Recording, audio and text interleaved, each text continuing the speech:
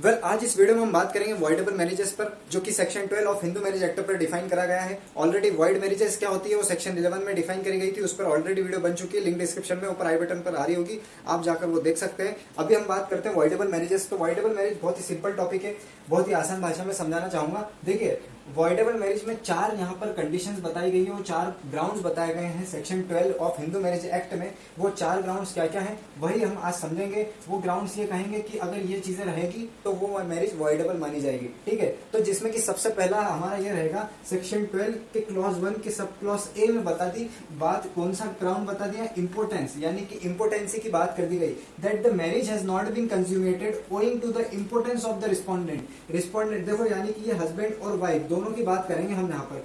अब ये जो ग्राउंड आया है इम्पोर्टेंस, इसका मतलब क्या होता है? इसका मतलब होता है नपुंसकता। देखिए, इम्पोर्टेंसी एक ऐसा ग्राउंड है जिसमें कि फॉर एग्जांपल अगर हस्बैंड है at the time of marriage, यानी कि शादी के दौरान अगर हस्बैंड इंपोर्टेंट माना गया। अब इंपोर्टेंट मतलब कि जो हस्बैंड है ये सेक्सुअल इंटरकोर्स का एक्ट परफॉर्म नहीं कर सकता। ठीक है, ये इंपोर्टेंट है, इंपोर्टेंसी का ग्राउंड बता रहे हैं हम। तो ये इंपोर्टेंट है at the time of marriage. तो यहाँ पर ये जो वाइफ है और हस्बैंड है, इनके बीच में जो मैरिज है वो कंज्यूमेटेड नहीं मानी जाएगी। यहाँ पर ये लिखा है कंज्यूमेटेड नहीं मानी जाएगी। क्यों? क्योंकि ये हस्बैंड इंपोर्टेंट हुआ। ठीक है, सो एज पर सेक्शन 12 ये मैरिज वॉइडेबल मैरिज मानी जाएगी। ठीक है, अब क्योंकि ये हस्बैंड इंपोर्टेंट है at the time of marriage, अब वाइफ पिटीशन दायर करेगी। क्यों? क्योंकि ये इंपोर्टेंसी थी, तो वाइफ पिटीशन दायर करेगी और कोर्ट के थ्रू इस मैरिज को वॉइडेबल घोषित करवाएगी। ठीक है, यहाँ पर पिटीशन लगाना बहुत जरूरी है।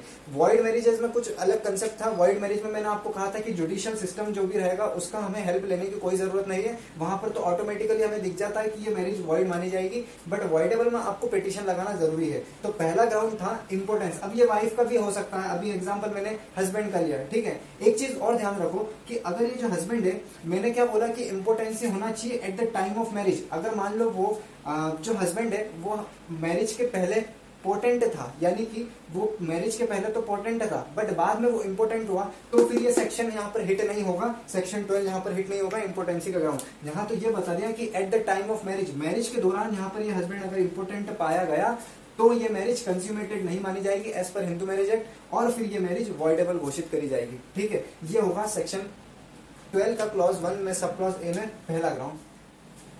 तो ये बात करी हमने पहले ग्राउंड की। अब दूसरा सब क्लॉज बी हमारा जो सेक्शन 12 का वो ये कहता है कि सेक्शन 5, अब सेक्शन 5 हमने ऑलरेडी पढ़ चुका है वीडियो में। सेक्शन 5 डील करता है कंडीशन ऑफ वैलिड मैरिज, जो कि हमने 5 कंडीशंस पढ़ी गई थी। ठीक है, तो ये सेक्शन 5 का जो सब क्लॉज, सेक्शन 5 का जो क्लॉज सेकंड है वो यहाँ पर एक ग्राउंड बन के आया है कि अगर वो सेक्शन क्लॉज जो सेक्शन 5 में क्लॉज सेकंड में जो बात करी गई है, जो कंडीशंस बताई गई है, अगर वो कंडीशन यहाँ पर आती है तो वो मैरिज वॉइडेबल मैरिज मानी जाएगी। अब वो कौन सी कंडीशंस थी हमने पढ़ी थी, देखिए यहाँ ऊपर लिख रहा हूं मैं। अब वो कौन सी कंडीशन थी? सबसे पहला कि अगर सामने वाला इनकेपेबल हो वैलिड कंसेंट के लिए, अगर सामने वाला इनकेपेबल हो फॉर वैलिड कंसेंट देने के लिए, वो अनसाउंड माइंड का हो, क्योंकि ठीक है, अगर सामने वाला अनसाउंड माइंड हो, अनसाउंडनेस ऑफ माइंड। ठीक है, अगर सामने वाला अनसाउंड माइंड का है, वो कैपेबल नहीं है एक वैलिड कंसेंट देने के लिए शादी के लिए, क्योंकि कंसेंट होना बहुत जरूरी है। दूसरा ये कि अगर मेंटल डिसऑर्डर से पीड़ित है वो, अगर उसे मेंटल डिसऑर्डर का हो, ठीक है, मेंटल डिसऑर्डर का हो, अगर उसको अटैक्स आ रहे हो, इंसैनिटी के अटैक्स आते हो, ठीक है, इंसैनिटी के अटैक्स आते हो, रिकरिंग इंसैनिटी अटैक्स। ठीक है, अगर वो मेंटल डिसऑर्डर का हो, अगर वो अनफिट है मैरिज करने के लिए और वो चिल्ड्रन प्रोक्रिएट करने के लिए, अगर वो बच्चे पैदा नहीं कर सकती, ठीक है, अगर प्रोक्रिएशन ऑफ मैरिज वहां पर उसके लिए अनफिट है, या वो मैरिज करने के लिए अनफिट है, या उसे इंसैनिटी अटैक्स आते हैं, या वो मेंटल डिसऑर्डर का है, या वो यहाँ पर वैलिड कंसेंट नहीं दे सकता, अनसाउंड माइंड का हो, इनकेपेबल है अगर वो मैरिज के लिए, कुल मिला के अगर ये सब चीजें वहां पर हो जाती है, अगर ये कॉन्ट्रवेंशन होते हैं जो कि सेक्शन 5 के क्लॉज सेकंड में दिए गए, जो कि हमने अभी पढ़े, ठीक है, तो यहाँ पर वो मैरिज वॉइडेबल मानी जाएगी। कब? इसके लिए पिटीशन लगानी पड़ेगी सामने वाले को, पिटीशनर को। ठीक है, जिसके साथ हुआ है तो वो सामने वाले, पर कब इसके लिए पिटीशन लगानी पड़ेगी मैं आपको ये बताने जा रहा हूँ। मैं आपको इस पर इसलिए जोर दे रहा हूँ क्योंकि वॉइड मैरिजेज में कोई पिटीशन लगाने का बात नहीं होती है। वॉइडेबल मैरिज में अगर आप कोर्ट के थ्रू ही आप इसको वॉइडेबल घोषित करवा सकते हैं, वो भी पिटीशन लगाएगा, पिटीशनर जो है वो पिटीशन लगाएगा, तब ये देखेंगे कि ये मैरिज वॉइडेबल है या नहीं। ठीक है, तो ये कंडीशन दूसरा यहाँ पर ग्राउंड बन गया।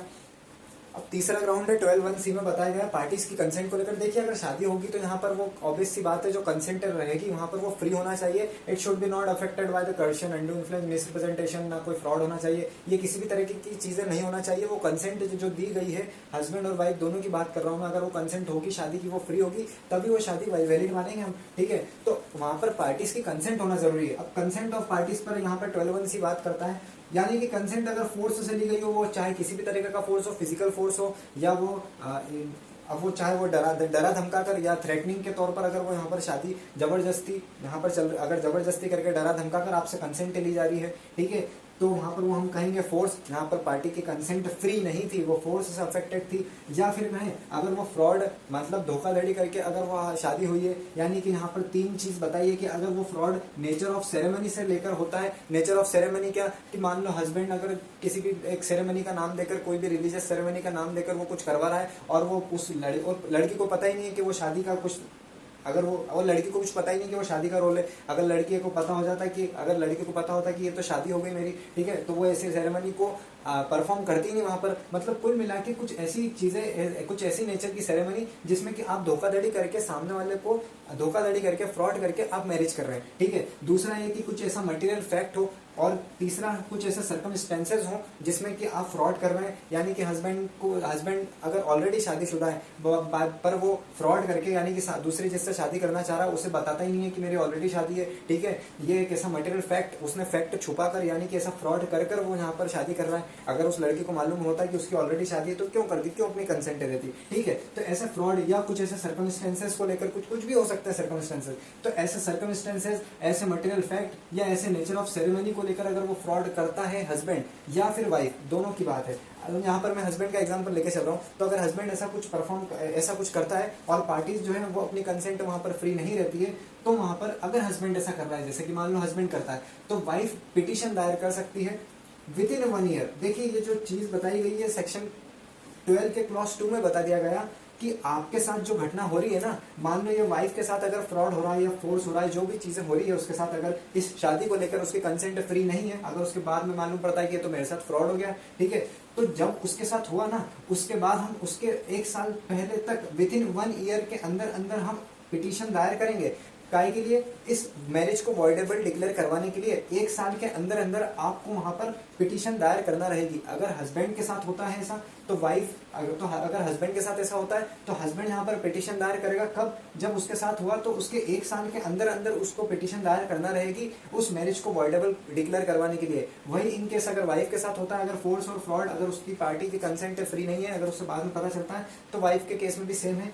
और अगर दूसरा क्लॉज ये बोल रहा है यहाँ पर सेक्शन 12 का क्लॉज 2 ये भी कहता है कि मान लो अगर पता चल गया उनको कि यार हमारे साथ ये हुआ था, हस्बैंड या वाइफ, जैसे वाइफ को पता चल गया कि मेरे साथ ये चीजें हुई थी, इस चीजें को लेकर मेरी शादी हुई है, और बाद में उसको पता चल जाता है, बट वो उस चीज को पता होते सोते भी उसमें फ्री कंसेंट दे देती है और अपना वो कंटिन्यूएशन रखती है मैरिज को लेकर, ठीक है। अगर वो कंटिन्यूएशन रखती, कोई भी किसी प्रकार की पिटीशन नहीं लगाती, तो फिर हम तो इसको वॉइडेबल मैरिज कहेंगे ही नहीं। उसने अपनी कंसेंट दे दी, उसको पता होते सोते भी उसने ये चीजें कंटिन्यू रखी, तो फिर वॉइडेबल मैरिज, क्योंकि वॉइडेबल मैरिज डिक्लेयर करवाने के लिए आपको पिटीशन लगानी रहती है। और सेक्शन 12 के क्लॉज 2 में ये भी बता दिया कि पिटीशन 1 साल के अंदर अंदर आपको लगानी है। तो ये तीसरा क्लॉज, तो ये सी जो क्लॉज है, सब क्लॉज, उसमें ग्राउंड कौन सा बता दिया? पार्टीज की कंसेंट को लेकर। फोर्स और फ्रॉड से वो पीड़ित नहीं होना चाहिए, अगर होती है, अगर उसे पता चलता है आगे जाके, तो वो 1 साल के अंदर अंदर उसे पिटीशन लगानी पड़ेगी उस मैरिज को वॉइडेबल डिक्लेयर करवाने के लिए। ये तीसरा ग्राउंड।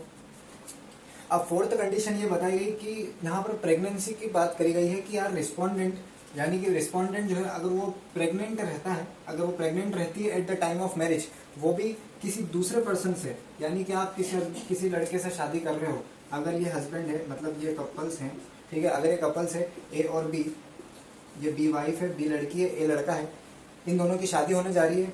इस लड़की ने ये छुपाया कि मैं जो है प्रेग्नेंट हूँ, वो भी किसी अदर पर्सन से, और इसे नहीं पता होता इस बेचारे को, ठीक है, और शादी अगर होती है तो बाद में ये पिटीशन दायर कर सकता है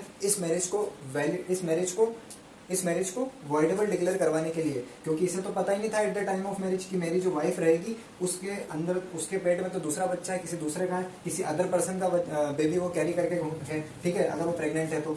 अगर इसको पता रहता तो क्यों शादी करता है, ठीक है। तो अगर ये वाइफ ऐसा करती है, अगर वो प्रेग्नेंट होती है किसी अदर पर्सन से at the time of marriage पर, अगर वो प्रेग्नेंट रहती है और इसे नहीं पता होता है और कल को इसको अगर मालूम पड़ता है, तो 1 साल के अंदर अंदर, वो भी प्रोवाइजो दे रखा है, जैसे कि हमने अभी उसको जो सेक्शन जो कि सब क्लॉज सी जो हमने अभी देखा था, जो कंडीशन देखी थी, उसमें हमने प्रोवाइजो पढ़ा था, जो कि क्लॉज 2 में बताया गया है, 12 के क्लॉज 2 में। ऐसे ही 12 के क्लॉज 2 में एक और प्रोविजो, अब इसको लेकर भी प्रोविजो बताया है, प्रोविजन बताया गया है कि यार ये जो है ना हस्बैंड, इसको 1 साल, इसके साथ जब मैरिज हुई इसकी, इसके 1 साल के अंदर अंदर, तब से लेकर 1 साल के अंदर अंदर इसको पिटिशन दायर करनी रहेगी, तभी वहां पर ये मैरिज वॉइडेबल डिक्लेयर करवा सकता है कोर्ट के थ्रू, नहीं तो नहीं करवा सकता। और दूसरी चीज ये बताई कि यार अगर मान लो इस हस्बैंड को मालूम पड़ा कि जो मेरी वाइफ है वो ऑलरेडी प्रेग्नेंट थी किसी अदर पर्सन से, ठीक है, अगर वो होता है, बट उसके बाद भी अगर ये हस्बैंड मैरिटल इंटरकोर्स परफॉर्म वहां पर करता है, मैरिटल इंटरकोर्स करता है इस वाइफ के साथ,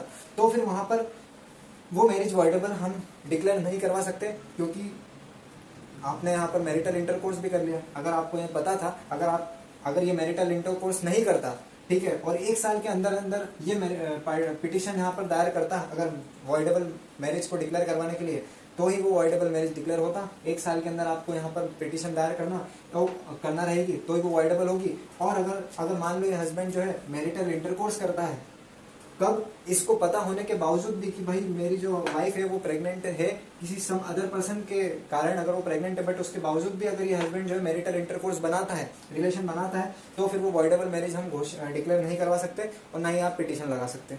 तो ये प्रोविजन भी बताए गए कहाँ पर, सेक्शन 12 के क्लॉज 2 में बताया गया। तो ये वॉइडेबल मैरिजेस के बारे में हमने पढ़ लिया, 4 कंडीशंस थी, ठीक है। आई होप आपको वीडियो सही लगी हो, अच्छी लगी हो तो लाइक करो, समझ में आ गया हो तो शेयर करो, और चैनल को सब्सक्राइब करना मत भूलेगा। मिलते हैं अगली वीडियो में, जो कि डिवोर्स और डाइवोर्स को लेकर हम बात करेंगे। Thanks for watching this video.